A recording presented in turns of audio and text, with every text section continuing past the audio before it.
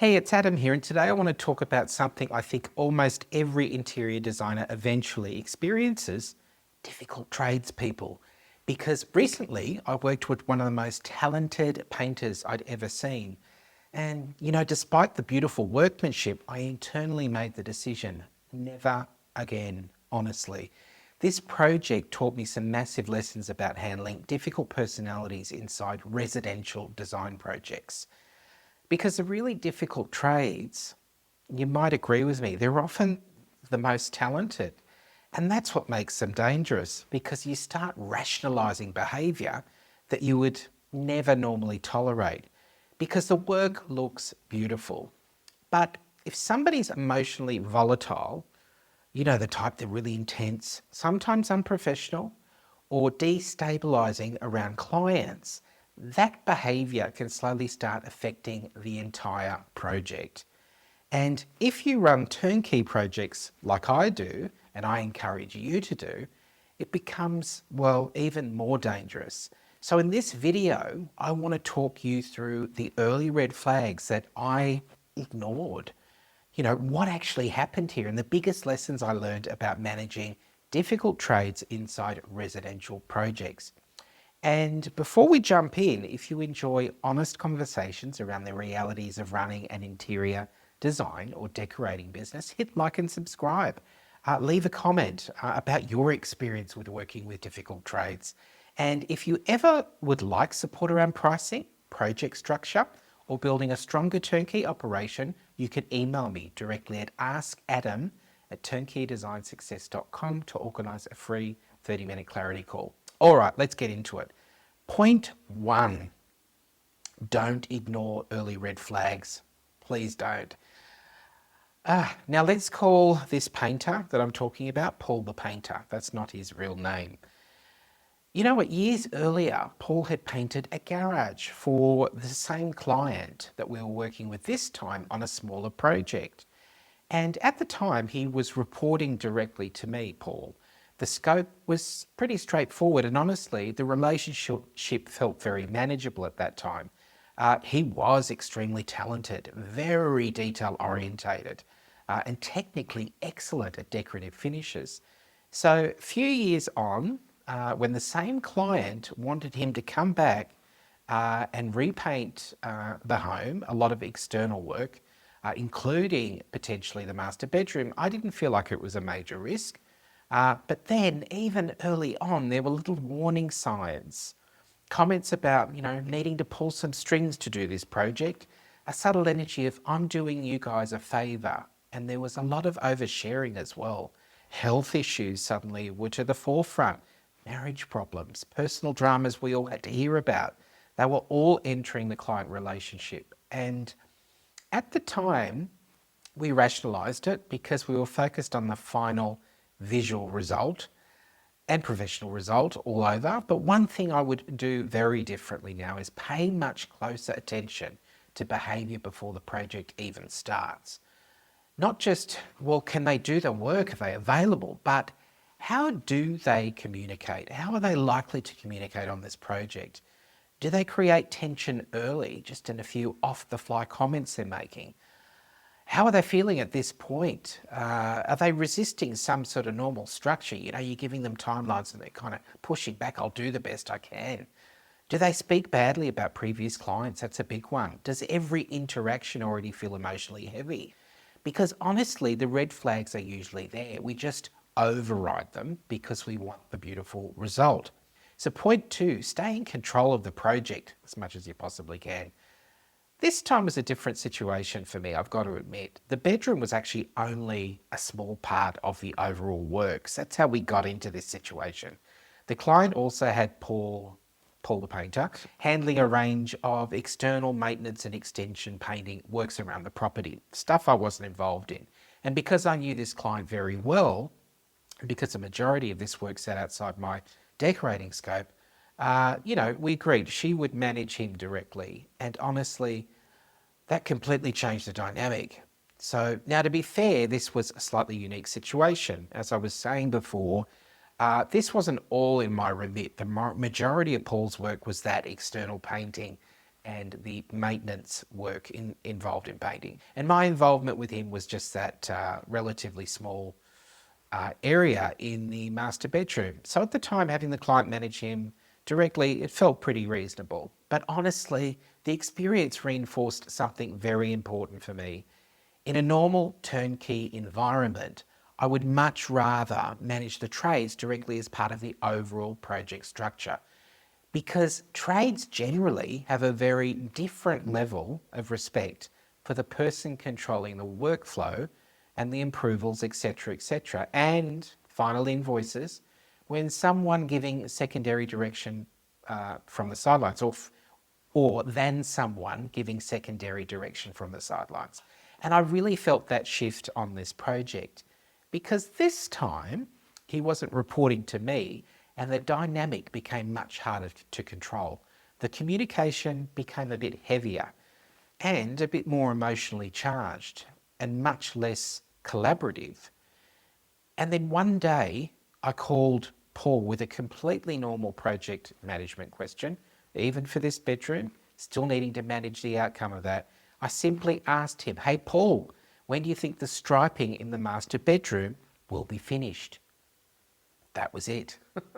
I wasn't rude, honestly, I wasn't aggressive. Why would I be? I was simply asking a timeline question, and suddenly he just exploded. "Now I'm getting angry. Adam, every stripe takes a week, and I have to make sure it's dry. You'll get to add your furniture when it's good and ready." And I remember physically pulling, this was a phone call, pulling away from the phone. My ears kind of shot by this outburst. And I remember thinking in that moment that this was no longer just an awkward personality. This behaviour was now affecting the flow of the project, and certainly affecting the way I was feeling about the project. So one thing I'd strongly encourage designers, decorators to think about is this. If a trade is critical to the success of a project, be very careful about fragmented communication and unclear authority. Because the second everyone starts managing the trade differently, the project can lose structure very quickly.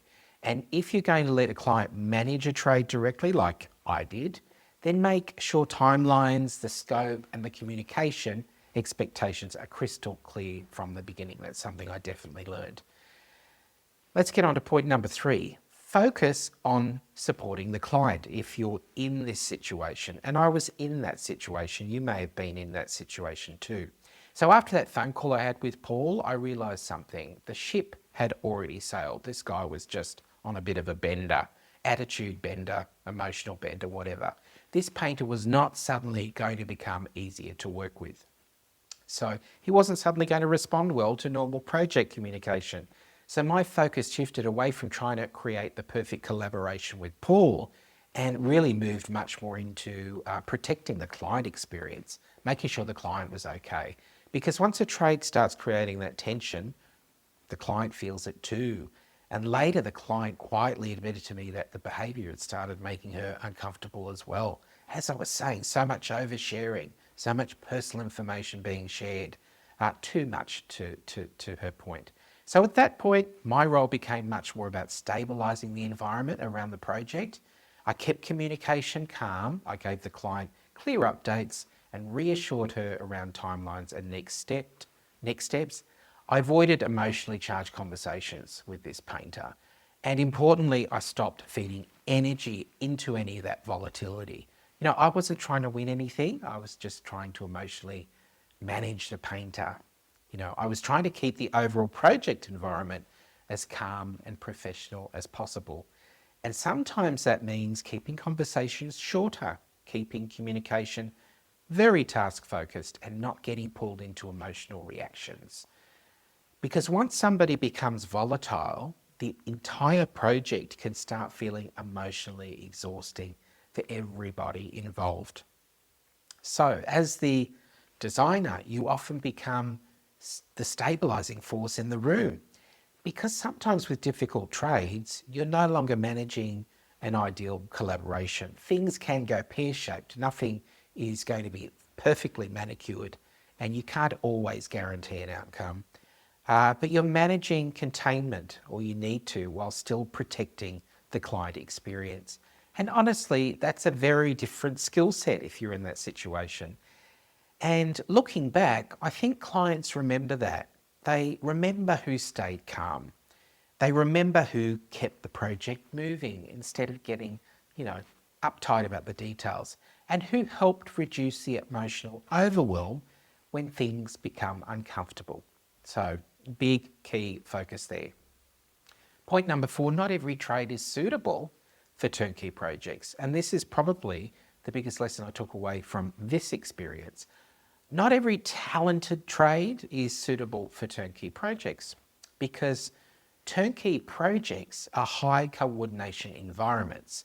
You've got deliveries arriving, installations happening, maybe you've got some stylists coming in, you definitely want to book in your photographer at a certain time, and clients are relocating temporarily. They leave the home in a turnkey operation. And all of that requires calm communication and a pretty much guaranteed and controlled momentum, timeline-wise. One emotionally unstable person can throw off the energy of that entire project, because as designers, we're not just managing, finishes, furniture, whatever. We're managing the emotional experience of the home. And if someone can't contribute positively to that environment, they should not be inside a premium residential project. No matter how talented they are, that's the message. So what would I do differently now? What would I ask you to think about doing if you're in this situation, if you're just meeting with somebody? I would address the trades much more holistically. Not just can they produce really beautiful work, but can they operate calmly under pressure? Can they collaborate professionally? Can they contribute positively to the client experience? Do we think they can function inside a coordinated turnkey environment where timelines are expected and agreed to? Because technical talent without professionalism is just a liability. And honestly, that's not something I'm willing to bring into a turnkey project again. So, as I was saying, the workmanship for Paul the Painter, excellent. But internally, the decision was already made. As I've said, never again, Paul, sorry. So if this video resonated with you, hit like and subscribe. And I genuinely love to hear from other designers in the comments. Have you ever kind of ignored early red flags because the workmanship was strong?